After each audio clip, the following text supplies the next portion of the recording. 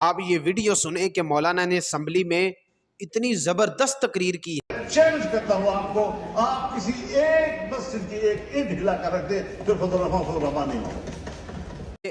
اگر کسی بندے نے مسجدوں کی طرف آنکھ اٹھا کے بھی دیکھا اور اب کسی نے مسجد کی اینٹ کو ہلایا تو مولانا نے ان کو چیلنج دے دیا ہے۔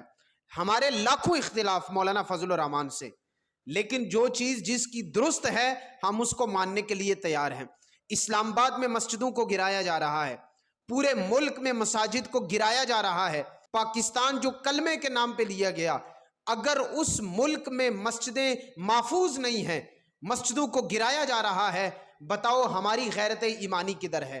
آج یہ صرف مسجدوں کے سپیکر تک معاملہ نہیں تھا، بلکہ مسجدیں گرا کے اور وہاں پہ پودے لگا دیے جا رہے ہیں، مسجدوں کا نام و نشان، مدرسے ختم کیے جا رہے ہیں۔ مسلمانوں یہ دعوت دی جا رہی ہے، اگر مساجد کی حفاظت ہم نہیں کر سکیں گے، ہماری کتنی مذہبی چیزیں ہیں، پاکستان میں رہتے ہوئے لا الہ الا اللہ محمد رسول اللہ پڑھنے والے مسجدوں کو گرا رہے ہیں، ہم کسی غیر سے شکوہ کیا کریں جب اپنے مسلمان، نام لیوا مسلمان جب یہ کام کر رہے ہیں۔